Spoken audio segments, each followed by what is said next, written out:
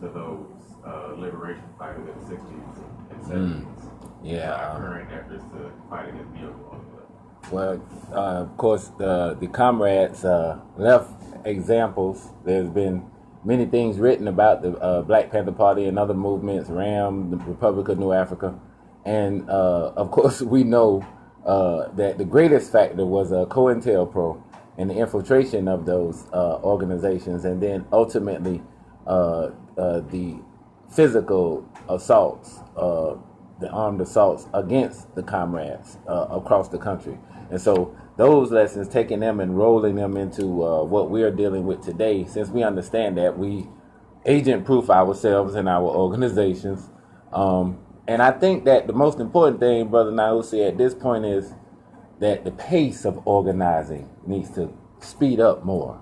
Because we have good organizations out here, but I think that just the pace is slowed down. And of course, when you've been out in the community for a while, 10 plus years, you see this ebb and flow of how kind of things went down when Obama came into presidency. You didn't see as much action in the African community. Now it's picking up again as they're getting pressure from up there at the executive office now. So COINTELPRO and ourselves and our organizations and picking up the pace, and as like Ras Kofi said, building those united African fronts of organizations and being able to work in coalition, and also, like he said, having those rules in order to relate to each other. And that's what we always had used, those rules of What Good Is a Song, of course, that being that show being put in place and established by Republic of New Africa people that follows those socialist examples of how to relate to each other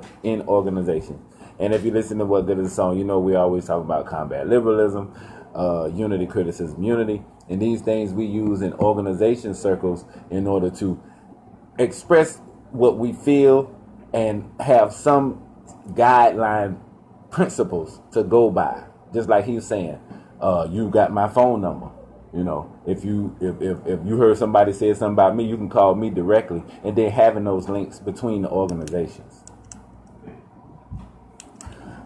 And so this year, African Liberation Day in Atlanta, proudly presented by the Atlanta Pan-African Coalition, which consists of WADU, the UNIA, All African People Revolutionary Party, Friends of the Congo, COSA, which is a Haitian organization, ASCAC, and also ARIC, which is a euphemism for Africans in the Americas, the Regional Council of, and our comrade from WRFG, Damani Akil, operates with that organization. So this is the Atlanta Pan-African Coalition, who presents this year, 2019, African Liberation Day on May 25th, African Liberation Day, under the theme, Revolutionary Pan-Africanism calls us to unite and forge a definitive struggle against neocolonialism, forward to one united socialist Africa.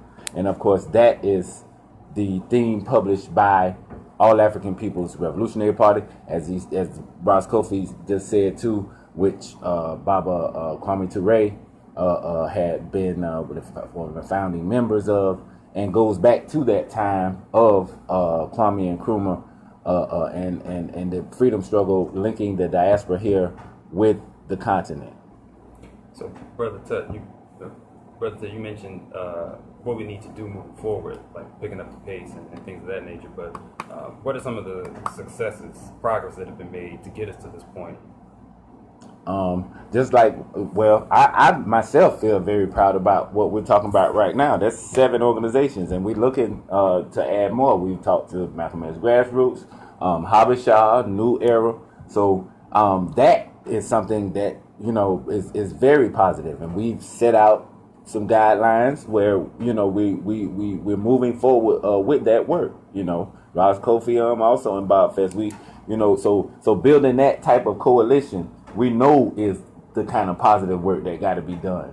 And then each one of those organizations in there being mutually supportive of each other, that builds that unity higher and bigger. And then what the tools that each organization has, like with WADU, the ability to connect you with African governments and repatriation efforts and business networks on the continent, or NASCAC, the Association for the Study of Classical African Civilization. Those are the elders. They tell the story. That's Dr. Clark, that's his legacy, you know what I mean, who had been a member also. So we have these different organizations, Friends of the Congo, with everything that's going on, what's up with the Congo, always at war, so we always covering, the Congo. So these organizations and what they do, utilizing them tools, being mutually supportive of each other towards what we're talking about, that one united Africa, Excellent. And Ras Kofi, what are some of the progress that you would want to highlight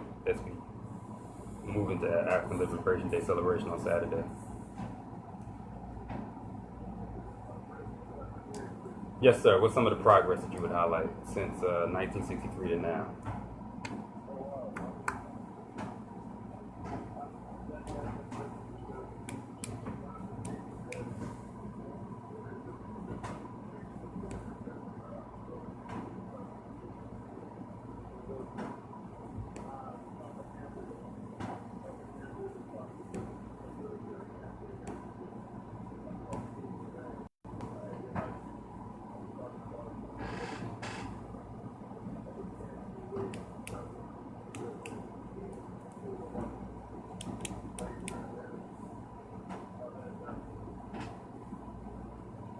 Right.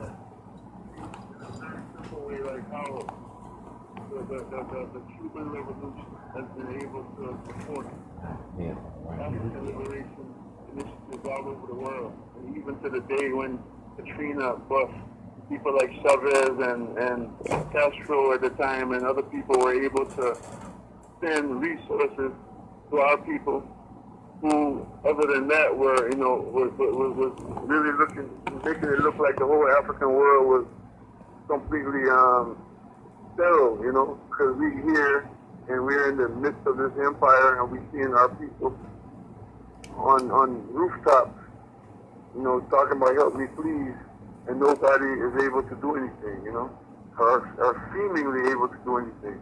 So even though Cuba might be looked at as a Latin American country and all this kind of stuff, we know that they have been very deliberate about playing a role in the worldwide liberation of African people. That's just one small example that, that I think the audience can identify with on a basic level, just in terms of a well-known, often spoken about and most often misinterpreted and misunderstood group of people right here 90 miles away from this third island, you know what I'm saying? That's one of the successes that I would highlight. And there's so many others, again, even organizationally. The fact that we've been able to survive is a success because our movement has been assailed from all sides in many different ways. King Tut mentioned assassination, incarceration. We're talking about also famine. We're talking about also political unrest. We're talking about destabilization of legitimate government. We're talking about chemical, biological warfare. These are not things that we take for granted. And sometimes because you're so strong, just as a people, and you have strong genes and all this, that sometimes we don't really understand what it's taken to bring us this far. So I think that question is a very important one that we need to continue to ask ourselves every day, because again, if we are able to recognize and acknowledge successes, we can even really redefine what success is, because right now we're using the definition, just like most of the things we're doing, we're speaking alien language, and we're using the alien definition of success. You know, we're looking at, I heard Imam Jamil, who is a political prisoner, a prisoner of war, one of our champions right here in Atlanta. He was speaking, as a matter of fact, at a benefit for Kwame Ture. And in reflection, he was talking as an old soldier to say, like, you know, one of the mistakes of the 60s was that the morals of our enemies became our morals. We adopted the morals of people who we were fighting to remove from our reality, you know. And I don't think that that's something that was just left in the past. Right. All right. That was a heavy hitter. I just want to highlight that, you know, as important as it is to recognize that the continent of Africa is a continent of 1 billion people and the richest place on earth, and the potential of that place for liberating not only itself but all African people in the world is of the utmost importance.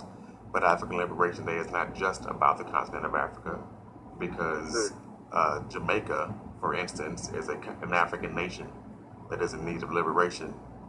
Guyana is an African nation that is in need of liberation, and the African descendants in the United States are a nation of African people in need of liberation. So it's a global system that we all fight against for the liberation of all African people wherever we may be found on earth. Venezuela. Pure Pan-Africanism. This goes on and on and on. And so, Brother Tut, Ras Kofi mentioned, you know, how we're always under assault and free to land. I was wondering maybe we could talk about the evolution of neocolonialism in the southern part of the continent with the land reform struggles going on in Zimbabwe and South Africa. Oh yes, that's been on my desk for a minute. The EFF, Malema, and another comrade from another organization called Black First, Land First, who this comrade left from the EFF. They're now, yes, in South Africa. They are now at the negotiating table to try to bring a sense of unity to their struggles, because the land question there is really pretty much answered. It's everything just for the taking to be done. You know what I mean? We've seen the farm seizures. We've seen, you know, there's mass violence in South Africa. If you follow the statistic, it's like 40,000 murders a year. You know, it's going down over there. It's real live war, and the police services, right? The police services, you know, now haven't been integrated, and the white nationalist communes that they're building and supplying with war-making machines, not just guns. I mean, you know, we get video of this stuff based on investigations. UNHCR goes down. You know, they're trying to work out a negotiation settlement for that land to be returned to our people, because the legislation has been passed in the parliament. Just the liens and things on the properties haven't been delivered by the police service, the marshal, and for them to be seized. So that's where they are now, in Azania or South Africa. Zimbabwe is stable. The thing, people were saying things about the change of the presidency, and that article was written about Zimbabwe is open for business, and Mbengoanga saying that whites will be turned into the land. And they showed that old video of a bunch of Africans cheering the old white guy coming back to the farm. But it was just propaganda, because it was the same program that Mugabe had put in place in 15, where you could do business as a foreigner in Zimbabwe. Just an African from Zimbabwe got to own 51% of it. So they got to do business. They ain't got no choice. They'd be, stuck and landlocked without resources. And then you see the lines start to form, and then the people get unrest. Then they start to blame the government, and then there we go, And they pay the price for that land reform with the crippling sanctions right, the U.S. has imposed on them. Yeah, and so, and that thing is personal, too, because I have friends, one of my best friends, Sai Shivanga, he was a political commissioner with the embassy over 10 years ago. And he went back home, and he worked in intelligence, and Sai is like, wow, it's incredible how over time those forces, because they had to have a power sharing agreement. with the MDC, with the neo-colonialists, what we're talking about, and so in South Africa it's a little bit different because of the population difference, but the same politics. And then in Namibia, across the board, all the way across Southern Africa, represents what we call the frontline states. They're the ones who have the more progressive agendas in regards to land and settlement. Angola there with going back to the allegiance of Cuba with them, the Kuto Kunavale, the wars in Southern Africa that brought about the liberation of South Africa.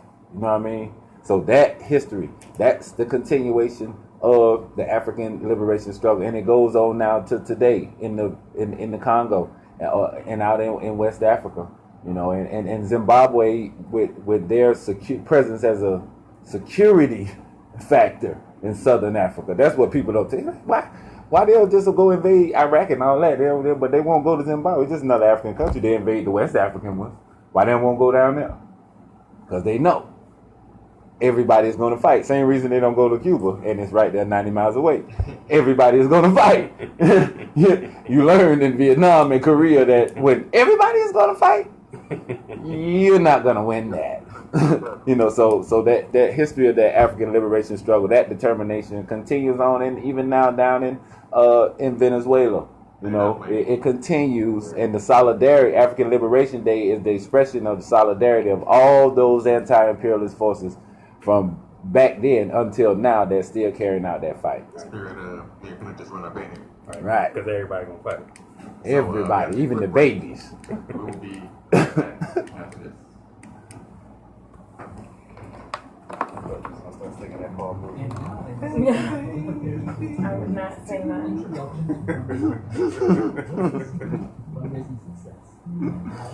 Yeah. I